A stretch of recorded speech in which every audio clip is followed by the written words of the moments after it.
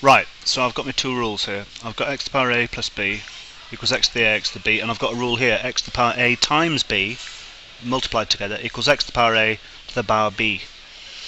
And of course I can carry on playing with that a little bit. I can say x to the power ab equals x to the power ba, because multiplication, as we saw in basic algebra, is commutative. So we've got this peculiar thing that x to the power a all to the power b equals x to the power b all to the power a. Don't know how useful that is, but it's true.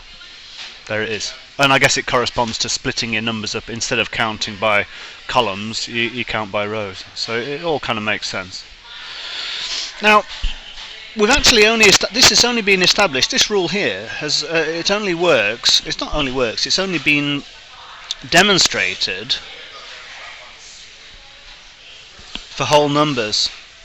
Been demonstrated for whole numbers. Does it work for 0? Well, if it works for 0, you've got sort of a bit of a problem, because you've got 0 columns or 0 rows. Let's have a go. Let's try it anyway. What is it? Let's just pretend it works for one of them equals 0.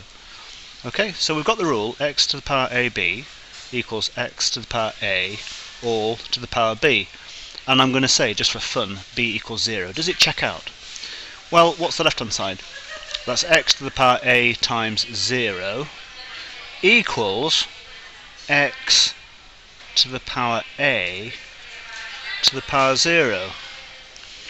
Well, that says that x to the power 0 equals, because a times 0 is equal to 0, equals x to the power a to the power 0. Well, we know what this guy is here.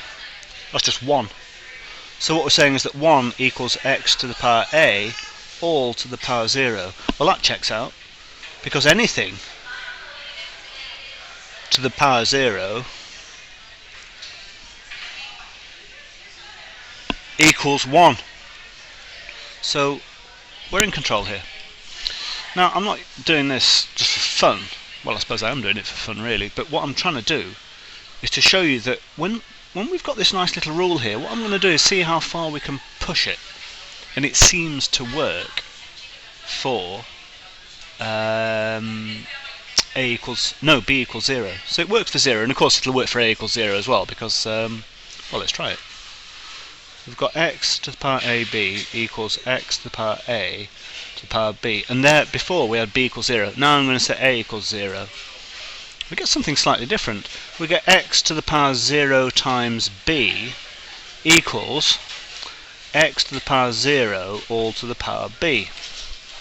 So that says that x to the power 0 equals 1 to the power b. Where do I get that from? Well, that 0 is just 0 times b in there. And now I know that x to the power 0 equals 1, which is there, to the power b. So what that says, we know that x to the power 0 equals 1 to the power b. Well, that checks out. Doesn't matter what b is, because 1 to the power b equals 1, because it's 1 times 1 times 1 and so forth, times 1. You can sit here multiplying 1 by itself for as long as you like. You still get 1. You're not going anywhere, you're just sitting there at 1. It's not like multiplying 2 by itself again and again and again, where you get bigger and bigger, you double each time. Multiplying 1 by itself is kind of pointless. So this rule here seems to be checking out for b equals 0, and it gave us, well, it didn't give us anything super, but it gave us a nice little piece of insight. So we're going to run with this. I'm going to stop there. Trying to figure out where the stop button's gone. Oh, here it is. Done.